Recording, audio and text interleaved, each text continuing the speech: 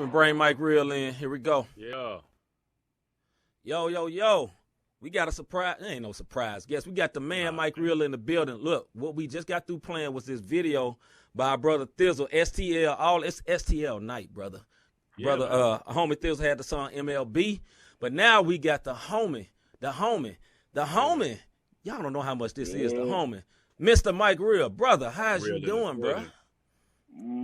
What's up, y'all? How y'all doing, man? All right, man. Look, before we even get into questions, man, how you feeling, man? Like, we in the COVID times, man. We was kind of coming out. Then all of a sudden on Monday they say put the mask back on. We kind of seesawing, brother. How you dealing out here, brother?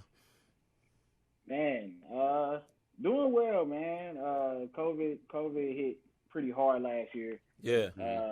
In a lot of different ways, but I will say, what it did for me last year was like kind of put me face to face with me and what I was dealing with, and then just different things that I had to address and face, and not hide from. And, so that helped me in that regard, and then it even helped me get in my bag of getting back on my grind musically. So, you know what I'm saying? Some good and bad came out of it, but yeah. COVID's been that must have been weird, bro. Yeah, bro. Been a beast for everybody, brother. Yeah, man. Yeah. Hey, all right, man. Hold on, Rob. I got to do this, man, because we do this for every guest and every friend, man. Look, you deserve one of these. We're going to give you one of these. Okay. Y'all give a round of applause for our brother Mike Real in the building, man. Live and direct from STL, St. Louis, Missouri. Stand up. Yeah, man. Like that logo on Rob's shirt. We are all in St. Louis right now. I don't know, Rob. Mike may be in distant lands. I don't know. This brother be all over the world. You never know, man. You never know. What you do know, he would be putting on an outstanding, crazy show. Look, man, I know we're going to get these questions, but it's something I always want to say. Bro, I've seen you perform at least 12 times, and we've been to different cities. And one thing I got to give you salute for, you always show love. You always say what up, though. You know what I mean? Yeah. But beyond that, we praise God for that. But, bruh, where you and Flame get all that energy from? Because, bruh, I swear it's like a circus out there, and I ain't talking about no clown stuff. I'm talking about Cirque du Soleil. I'm MC Funness already. Like a circus, y'all doing flips, jumps, look, you know man, what I'm saying? He already told you, Cirque du Soleil, you know we would, babe. Right. Hey, I was thinking about the song when I said it, bro, but, man, bro, y'all be having, like, mad, crazy energy. If y'all not seen these brothers live, you was missing out, for real. Hey, let me tell you, boy. If y'all haven't seen this man's stage show, I'm telling you right now, like, flat out. Another level.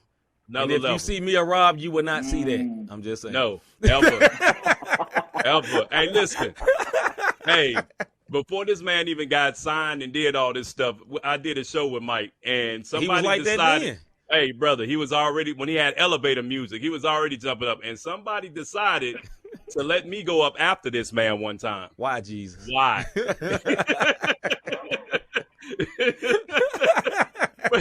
I was so embarrassed, bro. Right. Nah, man. But that energy been there. Yeah, that energy been there. Yeah. You ain't got. He giving you props, Rob. He said if you tried to dust it off. Yeah, I know, bro. You still wasn't jumping like them, huh? Hey, brother, I got that one move. Man, I'm just trying to keep up with Flame, dog. That's it. Boy be. Bruh. Hey, he out here aging backwards, so. Yeah, bro. That brother getting better as he grow older. That's crazy, man. Salute to him, though. That Pharrell Benjamin Button. He got Pharrell. Hey, that's a good one, Pharrell. Pharrell like 55 out here looking 25. 25. They got that special Jesus juice, not the liquor. They just the anointing is all on them boys when they on the floor. Something like that. Yeah, well, let's get it started, man. Okay. All right, so as custom, we always let. What'd you say, Rob? I didn't say my bad. As custom, I always allow Rob Redeem to go because we got our traditions, and us black people love our traditions. You know how we do. So I'm going to let Robert Dean go with the first question. We will not say nothing crazy. We will not say nothing to get you dropped from the label. We will not say nothing goonish. We will just have a fun-loving conversation. Go ahead, Rob. All right. So, first of all, I want to say, hey, brother, We appreciate the exclusive for the new project that's dropping Bruh. Thursday at midnight. This Bruh. S.O.S, man, like, hey, first of all, I gotta ask you something, bro. First, hey, look, you did go on your bag on COVID, and you came out very trend. Hey, y'all make sure y'all check out Mike Real 12 midnight o'clock at tonight, Thursday. man. Midnight. Nah, yeah. I'm that Thursday. On Friday is what I'm trying to get at. Man, I'm just midnight. sounding like midnight. MC Phonics. So you see how contagious it is. Y'all know what we do, man. It's in the vein. Survive. OJ's theme. I'm sorry. S.O.S. Satire by Mike Real. Mm-hmm. Please tell me what the satire is, brother, because I'm not gonna lie to you. When I saw it, I'm don't like, say you don't know what that word means. Hey, explain to the people your whole vision behind the project. Yeah. So for anybody that knows me, they know I love movies and television. Love it. Like it's like the art form of putting together a movie or a TV show, like just the art of the way people do it. Like I'm trying to think of it in a sense of musical terms, right? So somebody like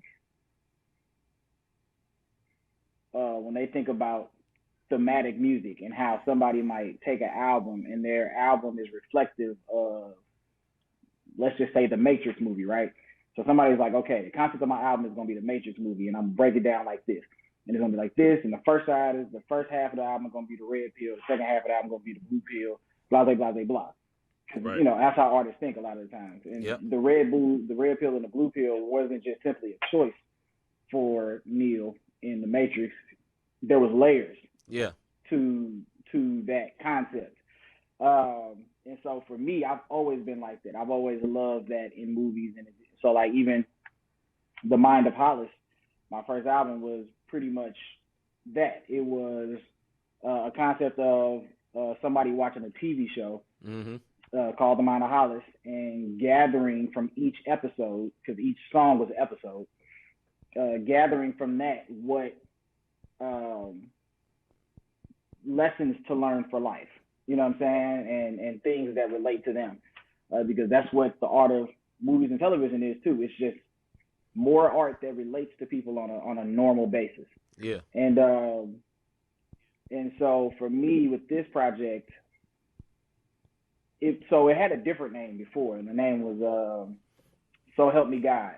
Originally was the name of the project. But around the time I named it, then another artist, 2 Chainz. So anybody who's an artist knows how this rolls. 2 Chainz ended up being like, yeah, I'm gonna drop an album, and that motherfucker gonna be called So Help Me God. I said, dang, that's the whole. But I was like, okay, cool. I gotta pivot, and so I listened to the project again, because this was me post recording it. Right. And I was like, okay, what am I trying to say through this project? And so for me, what a satire is basically a satire is a story that is exaggerated or dramatized in order to teach something or bring forth a point that's whether political, social, emotional, whatever. Yeah. And so for this project, that's what I kind of thought it was, because even though I wrote down my raw feelings, I did, exaggerate on a few points within the project where it was kind of like, okay, I'm going to take it to the next level. And then even in something that I have coming, I have I recorded like a short film or a visual, you can call it for this project. A thespian out here? Okay. All Clearside gonna be in movies, man. Well, look at y'all. Hey, you know what I'm saying? Man out here, you know what I mean? Yeah. But man, I just really wanted to put forth a project that, because I'm a huge fan of satire. I'm a huge fan of using art and exaggeration to tell a story or to put forth a point. And so I wanted this project to really help people to really to really relate, first of all. Yeah. Because there's a lot of people going through this particular thing, and it's not exclusive to me. You know what I'm saying? Like, a lot of people are going through it, and so I wanted it to touch people on that level, but I also wanted it to tell a story of sort of a reckoning. You know what I'm saying? Like, or sort of like me reasoning within myself. Okay, this is what I went through. This is a solution, and this is my resolve through all of what I went through. Yeah. And so some of the situations in there are recent situations that I'm talking about, and some of those situations are situations that happened 10 plus years ago. Yeah. You know what I'm saying? But either way, they're situations that happened to me, and I'm just using them to put forth an artful project that I think will bless people. So yeah, man, and on top of that, this is just Act 1. So Act 1, okay. I'm just looking forward to see people seeing the rest. Yeah, that's what's up. Yeah, man. All right, man. I got a real serious, deep question, man. I'm talking about, man. You got to think real hard, real hard. You've been performing a long time, man. Did some big shows, and as someone who's done some shows before, I know you can relate to this. What is the biggest mistake that you've made while you were performing that nobody knew had happened? Because mistakes happen, and we're taught as artists, just keep going. You know what I mean? If you say the one word, you just keep going. You know what I'm saying? If you look past gas, just keep going. Whatever it is, you just keep it moving. Man. So all right. So look. I'm going to give you 3 different ones because they all on the same level to me. Uh-oh. And y'all can pick whichever one you might think is worse. Okay, right? Okay. So, I was doing this concert. It was me, Flame, and Spec, right? Yeah. And Spec was DJing and doing his thing. And every now and then, Spec will come from behind the DJ table and kind of like come up with us and get hyped with us. Yeah. And so the beat was about to drop, right? And that's usually when we prepare our bodies to be able to jump and all that kind of stuff. Uh-huh. We trying to get the crowd involved with it. So the beat about to drop, and we waiting, like, ooh, yeah. And then literally the beat drops, I jump, and I spread my arms out, and I hit Spec in the mouth with the microphone. Like, real hard. Like, and when I tell you, dude was a professional, bro. He was probably bleeding from the mouth, but he just kept jumping, kept it moving, and he just kept it moving. Went back to the DJ table leaking. Second one, I was Jesus. Second one, we were doing this youth conference, huge youth conference. I can't remember where it was. I think it was in Green Bay. But Chosen Boy was at this one. He was recording. Yeah. He was recording everything, and so he has this on tape somewhere. Heck no. So it was so many kids in the crowd, and sometimes when it's like a large crowd, they'll like bounce beach balls all over everywhere, or just whatever objects. So they had this one ball. It wasn't quite a beach ball. It was like almost like a kick ball, almost, if I'm not mistaken. But either way, it was a ball. And the beat drop privy, they had bounced the ball on stage, and then during the beat drop, Flame kicked that mug back into the crowd, and everybody was hyped. They're like, yeah, this is great. Right? So on the next breakdown, there's a ball next to me. So I'm like, all right, I'm going to kick this mug in the crowd during when the beat drops. Who you knocked out with that ball, bro? Yeah. I'm like, hey. Boom, I kicked the ball right. That mug beeline straight to some young girl's face, bro. Like, I mean, so, like, shoom. She was in crowd. She was like, yeah, kapow. Oh. Holding her face. Hey. He hit the kapow. You kept rapping, bro.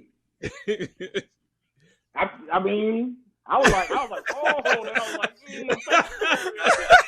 Had to keep going, dog. You know what I'm saying? Like, can't stop. What can I do? You know what I'm saying? But she after the concert, she came to us at the when we were signing and taking pictures, and she was like, "Yeah, I'm the girl that you kicked in the face." I was like, "Oh, sorry." She was like, "Oh, it was great." I was like, "All right, well, all right." Hey, that's crazy. At least gave her a T-shirt or something, bro. Right. Oh yeah, we hooked her up with something. I can't remember what it was though. This was a minute ago. Yeah. And all right, so the last one, man. my first tour, right? First tour I ever did was the Blackout tour with Flame in it, right? Yeah, I remember that. So yep. I would do my own set, and then everybody else would go, and then I would go and help Flame with his set. I hype man, but he would also let me do a couple songs during his set. Yeah. So we were doing that, right? And so at the time, so I don't know how many people may or may not know, but I wrote the hook for All In, Flame song All In, and then you know him and KB wrote verses. They put the song out, everything. So we were performing the song. We performed the song literally every night of the tour. Yeah. And I'll be hype man, and there's this one particular part in the song where Flame is like, "Yeah, rally around me, man, Ben Aki," right? Yeah, Ben Aki just means rally around me, or whatever. But I didn't know what he was saying, right? So I'm like, I don't know what this dude's saying. Yeah. And literally for like half the tour, I didn't know what he was saying until I finally asked him. And I was like, when I finally asked him, he was like, "Yeah, I'm saying rally around me, man, Ben Aki." I said, "Dang, bruh."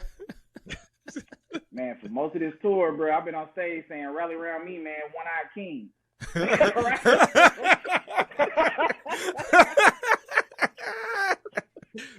Hey, that's hilarious, bro. That's crazy, bro. Hey, that's what we do though.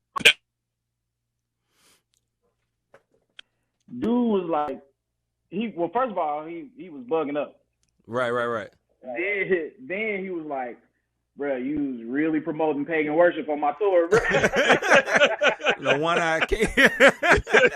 One-Eyed King, bro. I don't know why that was the thing that came. I don't know why that's the thing I said. I was just like, bro, I don't know. It never crossed your mind, bro. It never crossed your mind. It never crossed my mind. The crowd never. I mean, I'm sure if somebody knew what I was saying, they would be like, "The heck are you talking about, bro?" Right. You know what I'm saying? What they own? Nobody. But nobody knew, so hey. But they know now. But hey, yeah, man. That's hilarious, bro. That's super fun. Yeah, bro. That is crazy, especially kicking a young lady in the face with the ball, bro. Like, oh man. And One-Eyed King. Still sorry for that. Yeah, dog. They still. They must hear her. Yeah, you must kick the mess out of that ball, bro. Hey, man, I kicked that mug hard too, bro. I was trying to make a statement. I don't know what was happening. Oh my goodness! Hey, the fact that you made up words, bro. You know, one words be making up words to anything they don't know, bro. Hey, we'll do it in a minute. Doing it hard, bro. Right. All right, Rob. Here's the thing. You kind of mentioned some of your on tour shenanigans, and unfortunate events. What's three things you've learned since being in CHH as far as on the bigger stage, for lack of a better word? Because you performed for years locally, you know what I'm saying? But once you got to the bigger stage, what are some of the things that you learned as an artist and as a man of God? That's a good question. Yeah, so I've learned, one, it matters who the people are that are around you. There's a lot of shiftiness in the industry, and a lot more people that you can't trust than you think. Like in your head, you're like, it's the Christian industry, it's like this, and it's like, nah, bro, like this mug, like any other industry. You know what I'm saying? Like cats out for themselves, cats trying to do whatever. People are human. You know what I'm saying? We dealing with humans. We're not dealing with Jesus. If it was 1,000 Jesus in the industry, then we'd all be straight. You know what I'm saying? But there's not. It's everybody in this mug is just human. They're their own people. They have their own struggles, traumas. For philosophies. You know what I'm saying? Yeah. For some people, they could do a whole group of people dirty, but in their head, they're like, man, God is cool with this because it's just business. You know what I'm saying? But for other people, it's like, nah, like God is actually upset with you on this. Yeah, you know what I'm saying? But for them, it's like, nah, I'm good. You know what I'm saying? Like, we straight. And for the most part, right? Like, if we, you know what I'm saying? We can't take anybody's salvation away for a bad business deal. You know what I'm saying? But in the sense of like the integrity that you as a believer is supposed to have, like a lot of people's integrity has been punctured for me. But the beautiful thing is, like I said, it matters. You know what I'm saying? So having somebody like Flame in your corner is so dope because one, he knows so much. Two, it hasn't made him bitter. Yeah. So that's the other half too, right? Yeah. Like that's huge. All the stuff he's been through, all the stuff he's been through hasn't made him bitter. And so it gives you a different perspective as a person coming up under him is like, oh, I don't have to be bitter either. Yeah. You know what I'm saying? Like, yeah, that's good. God has blessed this man despite the fact of whatever has happened. You know what I'm saying? Yeah. And God can do the same for me. So I don't have to hold grudges against anybody that's done me dirty in the industry. I don't have to, expose them or anything crazy because I know, like, I'm secure in the faith that God has given me. And I'm also secure in the lot that God has given me. Whatever it is that he wants me to do is good with me. So that's one. It matters, the people that are around you. Two, everything is a cosign is only 10% of the battle. Hold up, say that again, brother. Say that again, brother. Yeah, a cosign is only 10% of the battle. And the reason why, for real, the reason why I say that is so many people, including myself, right, have fought for these cosigns, right? We like, yo, Flame retweeted my stuff, I'm on now. Yeah. KB retweeted my stuff, I'm on now. Lecrae got on my record, I'm on now. You know what I'm saying? Yeah. And I think the problem sets in is a lot of people in the same way, and I don't think it's different necessarily from secular to Christian. I think people who do secular music think the same thing. You know what I'm saying? Like they have a term called the Drake effect, right? Where, you know what I'm saying, an artist will get Drake on their song, it'll blow up. It'll definitely blow up. You know what I'm saying? Like that song will be number one, people will hear it everywhere. But what happens to the artist after the Drake feature? Right. They disappear forever. Right. You know what I'm saying? Right. Like, and Drake is the biggest artist in the world. Facts. And he can't even hold somebody's career in his hands. And so when you think about, that's huge. You know what I'm saying? Yeah. When you think about somebody who's like, man, if I just get KB on my song, like that's gonna take me over the top. And it's like nah. You know what I'm saying? Like right. Yeah. That mother ain't gonna do nothing for you. You know what I'm saying? Like it's gonna. If you get KB on your song, do it because you want KB on your song. Right. Do it because you respect his artistry, and you hope that he also respects yours and different things like that. But don't do it to get clout because you'll get clout for like a second. You know what I'm saying? And it's not gonna help you sustain your family. Nothing. It's just not gonna do that much for you. Like. Focus on the art, focus on making the music that that God has given you to make, and that'll take you far. You know what I'm saying? Like that'll be the thing. So when the cosign does come, you know what to do with it. You know what I'm saying? And you know how to use it to propel yourself. But so I've learned that late, but I've learned it. Yeah. And I think I've learned that the internet and real life are two completely separate things. They are not at all connected. Facts. Hey, can you expound on that, especially for some of the artists that's listening right now? Because they don't. Some of the stuff that you're saying, we do have artists that watch the show on a regular basis. So kind of expound on that last part right there about how the internet and real life is different. Yeah. Yeah. So they're different in a way of like, for instance, right? You'll see an artist, right, and they'll have 100,000 followers on Instagram, Twitter, Facebook, right? Yeah. And then you'll see another artist and they'll have 60,000, right? And so the perception is through the internet that, yo, this artist that got 100,000, he clowning out here. Like he's the one doing it, right? Right. But then you hit the road for tour and you got two different things going on. The person who got 60,000 followers is going on tour and their tours are going well. And the person who's got 100,000 followers, those 100,000 followers not showing up for the tour. Yeah. And so that's one part of it, right? The other part of it is most things online are fabricated. You know what I'm saying? Like they're fabricated, they're exaggerated, they're satire. Yeah. Right? So perfect. Most things online are satire. You can't touch the real life stuff. You know what I'm saying? Like you just can't. There's something about the tangible that can't be touched by the thing that is not tangible, right? And so in this case, when you're dealing with online, you're dealing with a lot of fabrication, a lot of fakeness, a lot of filters, all that kind of stuff, right? And not just on people's pictures, but literally on people's lives. Yeah. People have put filters on their life. And in real life, you can't do that, right? And so what you have to do as an artist is you have to say, okay, it's cool that I'm getting recognition and I'm getting these likes and I'm getting all this stuff online. Yeah. But what I really need to do is work on what I'm doing offline.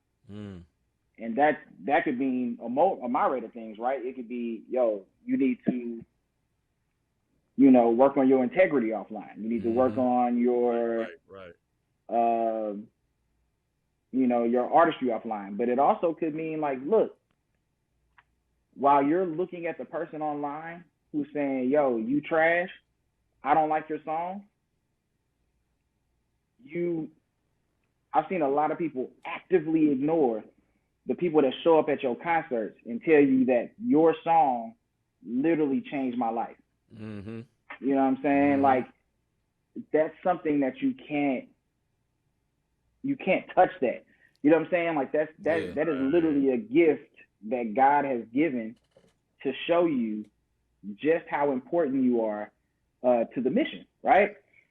Like God is not like, I think a lot of times we talk about God in these terms of him just being this like super superior ruler who doesn't care about the small things, but it's not the devil who's in the details, it's God. God Facts. is in the details. Facts. He's the one who's like, look, this may seem small, right? But I'm there. I'm in that. Yeah, man. And that one person showing up to your concert, that one little 13-year-old child who is about to go to high school, about to have a whole bunch of his stuff, a whole bunch of his world changed, and he comes and he tells you that Ford Pro helped him as a 13-year-old boy abstain from diving into sexual immorality. You know what I'm saying? Yeah. Like that kind of stuff you can't. Right. You can't give me enough likes for that. You know what I mean? Right. Like, bro. That's real. Like you just can't. You know what I'm saying? Like so you can't tell me that. You know what I'm saying? You can tell me I'm not tight all day. That's you. Cool. Thanks. Yeah. But what I do see is that when people hear my music, they're changed by it, and there's a purpose for it, and there's something that God is doing that you can't do and you can't stop. Right. And at the end of the day, you just got to keep moving. So as every artist, just keep moving. Like don't let people stop you. Don't let the internet stop you. Don't let the internet discourage you. Don't get into comparisons. Like who cares if this person has 100,000 followers if they're not showing up on tour? Because that's where you sustain a living off of this. It ain't your followers because you're not getting a dime for that. It ain't how many people may or may not stream your record because you're not getting that much off of that. Yep. But when you hit the road, if those 60,000 people that follow you all come to your concert, then you've got something special that's not antiquated by the internet. So yeah. Hey, those are nuggets, right? Every artist, nuggets, you said, nuggets. those are nuggets, because so many times, I know me as an artist, I know C has done this. We all do it. We look at how many followers, we look at how many people like, how many streams. You know what I mean? I got Spotify artists, and I look at all my streams and all that and total count. But like he said, when you go to that concert and that one little boy or that one little girl come up to you and say, hey, this song changed my life, or that grown man or that grown woman or that older man or older woman, like those are things, like you said, God put you there for that song for a purpose for that person. So it does mean something. So if one person gets saved, that's better than a platinum artist, because that's a soul going to heaven, man. Like, just remember that. And nothing compares to that, man. Like, all the successes, nothing compared to someone saying, something I heard in your song changed my life.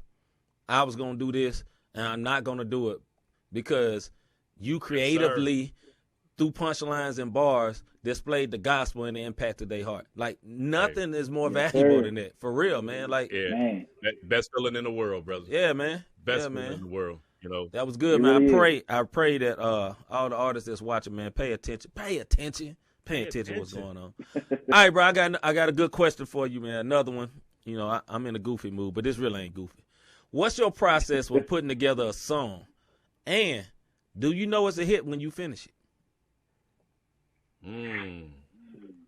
So sometimes you do, right? Here's the tricky thing, and this is something I've been telling some of the artists that's coming up in my city, cats like Ruben, Mark, salute, Gully, salute to them. One thing I told them, bro, one thing I've learned, right? So when I made Mine Hollis, right, I was in this mug. I mean, I was working hard in the studio with Steve. Yeah. Like, me and Steve T was going, I'm talking about, like, I would go to work, get off work at 4, be at his house no later than 6. And then I would be there till about 6 the next morning, and I would go straight to work from his house. Mm-hmm.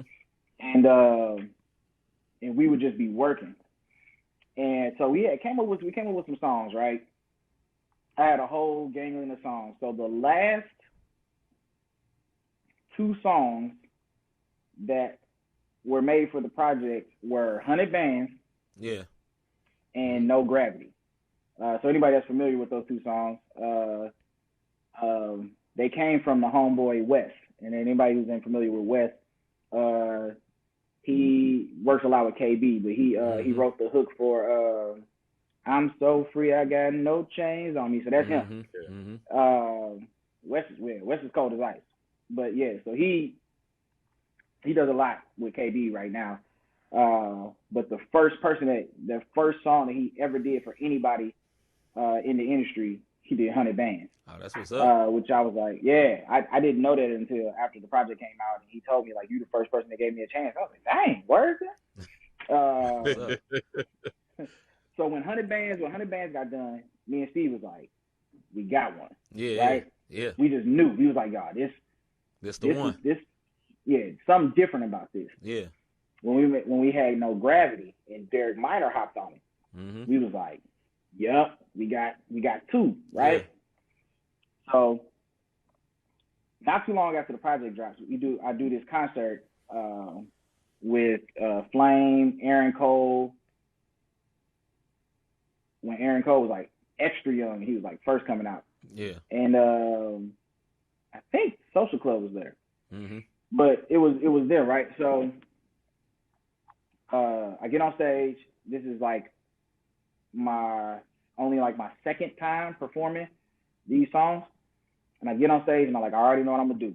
I'm gonna do 100 Bands and I'm gonna do No Gravity. Yeah. They gonna go so hard. And of course I had to do Catch Fire because that was the single. Yep. And so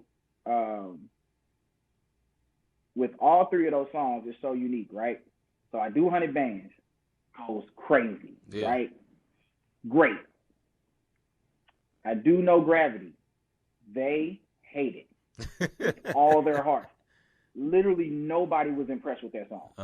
You know what I'm saying? Like, And then I did Catch Fire, and everybody was impressed with that song. So full disclosure, when we first made Catch Fire, I was not a fan. We sat down. We were like, okay, we need this type of song. Right. So I was like, okay, let's work on it, right? Mm-hmm. We work on beats, we inflame, right to it. So I came up with the cadence for the song. I came up with some of the words of the hook of the song, but Jay wrote most of the hook. Yeah. And the concept and all of that. And then it got laced. But when it was done, I just kind of felt like, I feel like this mug is it's just like a song you do. You know what I'm saying? Right. It's just like, you know that's crazy. The mind of an artist, bro. Right. Yeah. It's like I'm not really feeling this mug, right? Yeah. And then I perform it for the first time, and second and third and fourth and fifth and so on and forth, and it just goes crazy every time. Right. Every time it just did exactly what they said it was going to do when they were like, we need to make this type of song. Because they were like, we need to make this type of song because it's going to do this. Mm-hmm. I'm like, all right, I'll play the game. I'll do that. Mm-hmm. You know what I'm saying? And then I was like, and when I did it, I was like, oh, so this is why y'all, okay. Mm-hmm. All right. Okay. So this is why I shouldn't do this alone. You know what I mean? Like, I get it. Because, I made Sanctuary, so I'm not against making any songs that sound like that. Right. But it was just that particular one. But they showed me the importance of thinking about that. Mm-hmm. So not necessarily that you always have to do it, but just thinking about it. So, like, when it comes to songs, what I found is, I have heard songs that I'm like, that one's it. And it wasn't it. You know what I'm saying? Like, No Gravity. It was like, this is it. Right. And I to this day, I do not perform No Gravity. I tried it a couple more times after that, and it was the exact same way every time. And I was like, so every song you think is going to work, it's not going to work. Mm-hmm. But 100 Bands, I haven't stopped performing 100 Bands. Right. That one just goes forever. And a song, that's that one. Yeah. And Vital Signs, another song that I wasn't sure was going to be well live, I'm still performing that too. Yeah. It's still going hard. You know what I'm saying? Catch Fire, still going hard. Yeah. And so I think as artists, I do have my times where I sit down, I make a song, I write it, and I'm like, that's the one. Yeah. You know what I'm saying? Like that's the one. I recently just made one, to be candid. So modest. You just to be candid.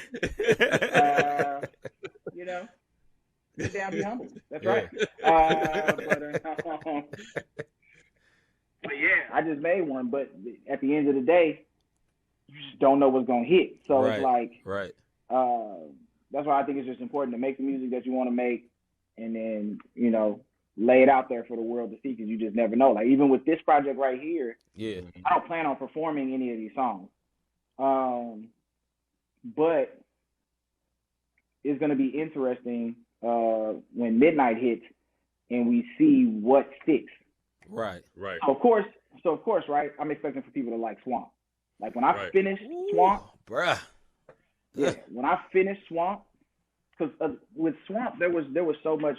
So first of all, when I wrote Swamp, apart from having a beat for it, so like I had found some beat on YouTube, some random thing, and I was because I just wanted to write. Because I was in a depression, I was in a dark place, and the Lord just put on my heart to write. Yeah. And I literally, this project, that's the other thing special about this project, is that I wrote myself out of that dark place. And I wrote myself out of my writer's block. Yeah. At least. And made it to a place where I'm making a lot of music right now because I'm free. You know what I'm saying? Yeah. And so, but when I wrote the hook for Swamp, I was like, that's how I'm feeling. And then I wrote like the first verse, I think, and I sent it off to some homies of mine. Shouts out to the Boom Squad.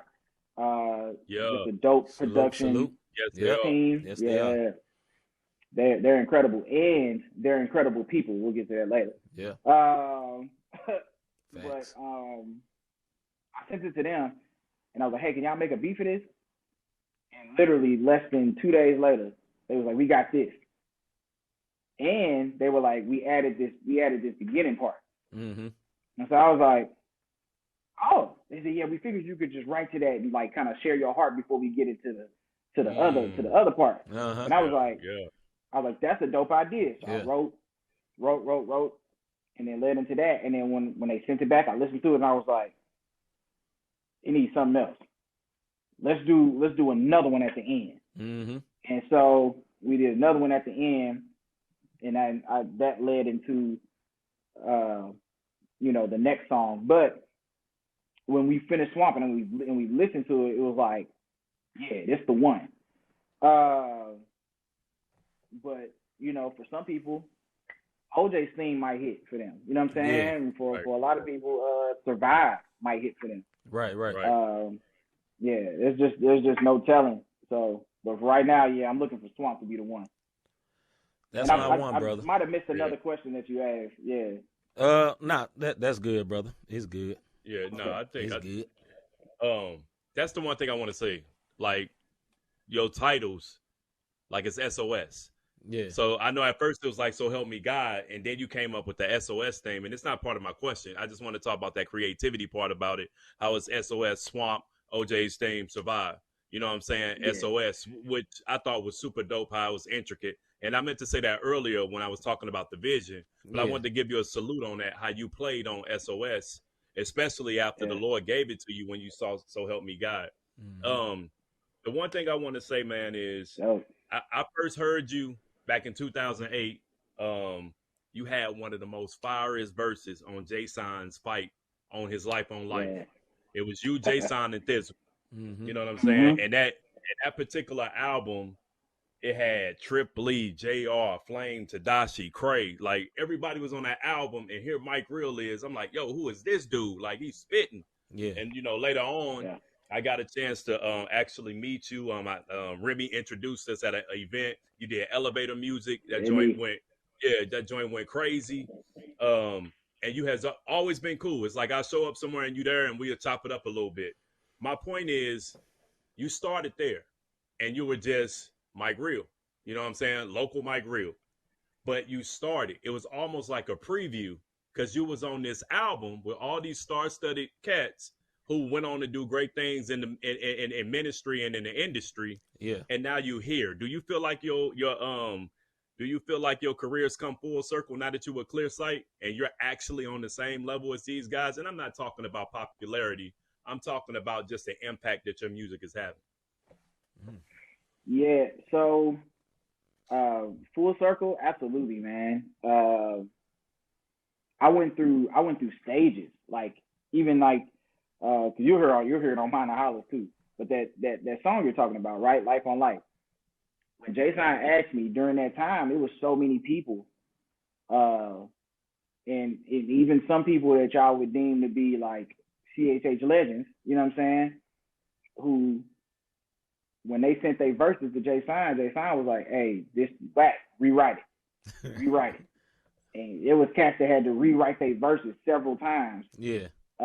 Until they got it right, and then Jason was like, "Okay, that's an actual dope verse. We're gonna put this on the record." And so people, when I let some of the people that was around me let them know that Jason had asked or whatever, they was like, "Hey man, hey, be careful, brother. He don't mind telling you that your verse trash, bro. Like, he'll tell you and have you rewrite that mug." I was like, okay, you know what I'm saying? Because I was humble at that time. So I would have rewrote the verse 20 times. Right. Had it been, you know what I'm saying? He said he was humble at that time. I know. I was going to let it keep rolling. just so you know, at that time I was humble. You know, at that point, I was young. You know what I'm saying? I was young, bro. I was like hungry, and I was just and I looked up to them. So it was something for me to be like, yo, like this is my chance to like have my voice amongst people who have inspired me.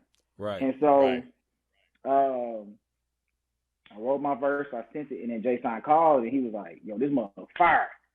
And he kept it. Yeah. And I remember being like, "Oh, okay, so I don't have to rewrite it?" You know what I'm saying? My first verse, the first one I sent in, that's the one. You know what I'm saying? Hey. And y'all go check that out, bro. Because I'm telling, brother, when I like that, hey, when I first started listening to Christian rap, like yo, that your fight verse, bro, like Thizzle. This is my is Mike Real, then Thizzle verse, and then Jay Sign.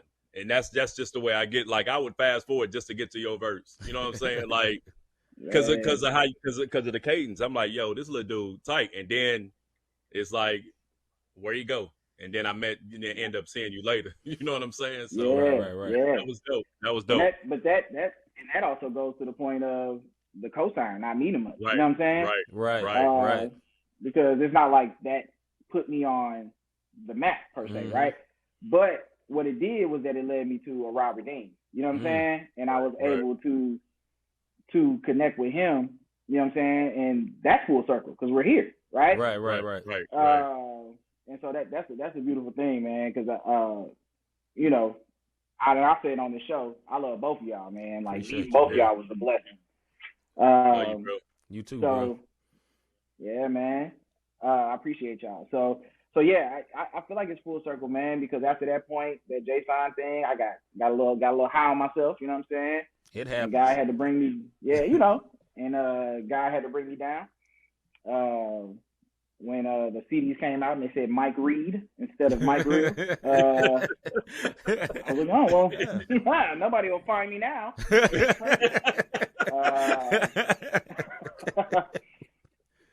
But it just goes around like that, man. Like, oh my goodness. For instance, the same dude on that song, Thizzle, right? Me and Thizzle, we've talked, you know what I'm saying, every now and then, right? But like, me and Thizzle don't like hang out, you know what I'm saying? Like, I'm not at his crib, he's not at my crib all the time.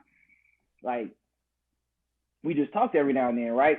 But I remember during a certain amount of time, like, Thizzle was like pivotal in my life. I was about to sign with this weird record label situation, and that boy pulled me aside after a concert. Yeah. He was just like, yeah, man. So I heard through the grapevine, which is crazy because I didn't tell anybody about the situation. I don't know how he heard about the situation. I don't know if somebody was just excited to tell him, like, hey, we might be signing Mike Real, huh? You know what I mean? and that boy pulled me to the side. He was like, hey, bro, don't do that. Don't do that. You know what I'm saying? Like, just don't. Hey. He gave me a few reasons, and I was like, you know what, bro? You sound wise. I'm gonna take that wisdom, and I'm gonna go ahead and apply that mug. And I didn't sign with those dudes. Then Lecrae was coming to St. Louis, and Thiz knew the promoter, and he literally talked to the promoter to get me put on the show.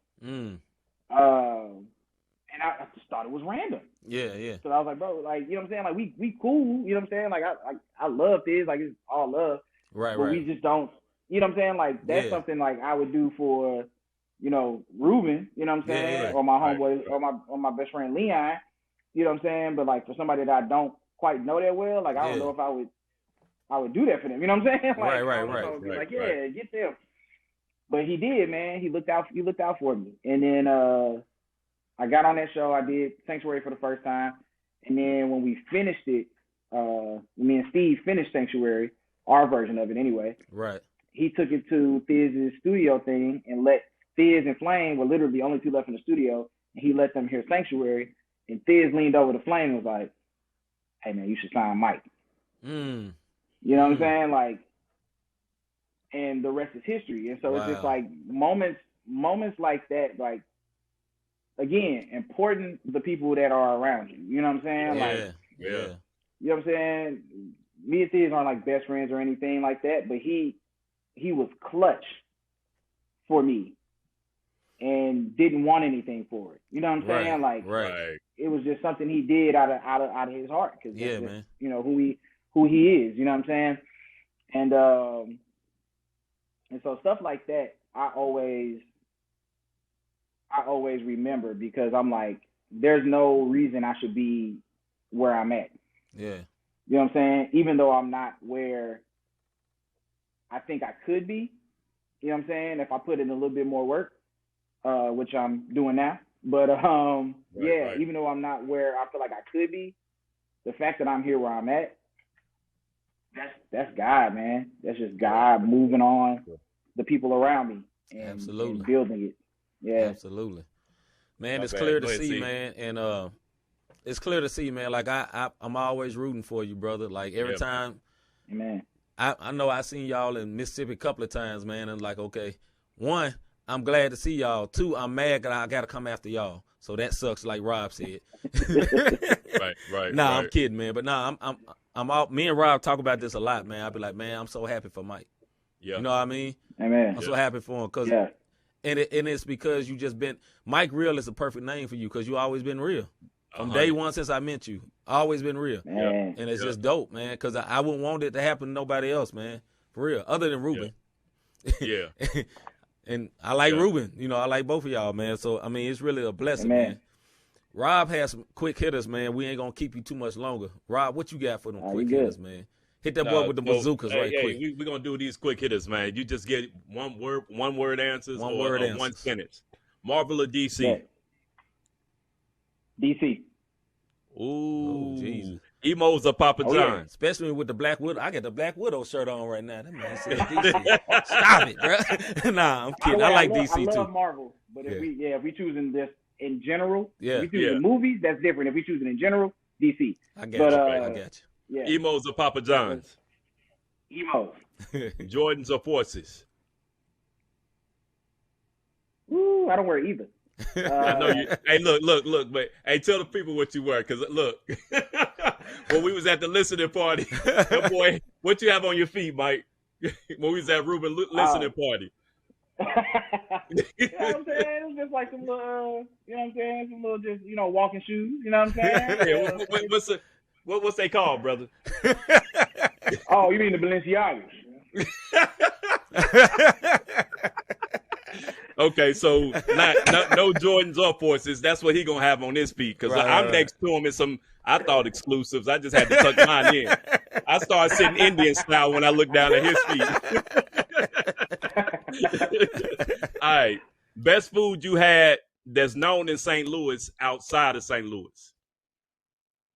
Like it competed. Like, we known for, Rice House, because I can't say that other word. Right. So we known for the Rice House. And we known for other stuff. Yeah. What's some best food that you've had outside of St. Louis that we supposed to be the best for? That's a hard question. Because we do have the best rice houses. Period. There's no other place. My dude, you've been to Dubai. I would say St. Louis. I would say St. Louis ribs. Okay, St. Louis ribs. I got you. All right. St. Louis sour ribs, yeah. All right, last one. Pre-show routine.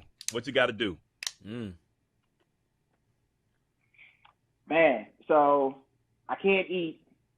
So I got to drink water, pray, stretch if I can, and use the bathroom. We ain't going to go no further into that one. He say the kids get dropped at the pool. I got you, brother. Hey. Things that must happen. Hey, you are not the only one, sir. It don't get no realer than that. That's right. That is Mike Real. Hey, y'all. Hey, brother, for real, real talk. Love you, brother. I've actually seen you grow up from a young man to a grown man, grown in Christ, young man in faith to a grown man in faith. Amen. And it has been beautiful, man.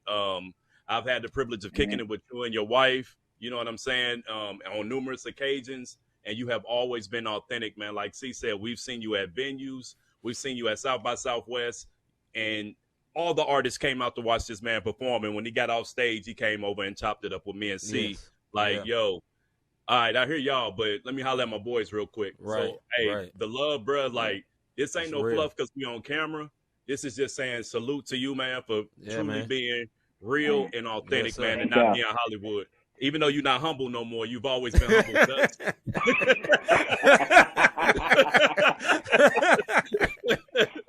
But, hey, y'all go check that S.O.S. by Mike Real, satire by Mike Real, man. Y'all midnight check that tonight. out. Midnight tonight. Get that joint. Midnight tonight. Hey, go ahead and hit that pre-save or whatever the case may be. Yeah. It's there. Listen to it. His brother poured out his heart. It is very, very transparent. Yeah. And like you said, there's something from Swamp to OJ's theme to Survive. There's something that I guarantee one of y'all gonna be able to relate to, because I know I was able to relate to several of the things he was spitting about, and I'm older than this man. Me and C seasoned, but yet we still enjoyed it. You dig what I'm saying? So we got C. Nah, man. Hey, ditto to everything Rob said, man. You know what it is, brother. I'm very encouraged by listening to you, man. And Sanctuary is still one of my favorite songs. I don't care how long ago it was. It is on my phone. I bump it all the time. When I was in the air this weekend going to Atlanta, I said, man, I got to put this hands on. Hands. Yeah. Boy, when that thing come on, because I remember, look, when we saw Mike at South by Southwest, and that boy did Sanctuary, it hit another level out there, brother. I'm just saying. It was another original. And he did the original joint. And it didn't matter. Them folks about to jump out their skin. So, bro. Hey, bro. Hey, we love you, bro, man. For real. We appreciate you coming on, man. Yeah. Great success for you, man, and the label, man. We love Flame, too, man. Let them know, man. We rooting for the whole team, man. Yeah, man. We're big fans. You know what I'm saying? Yeah.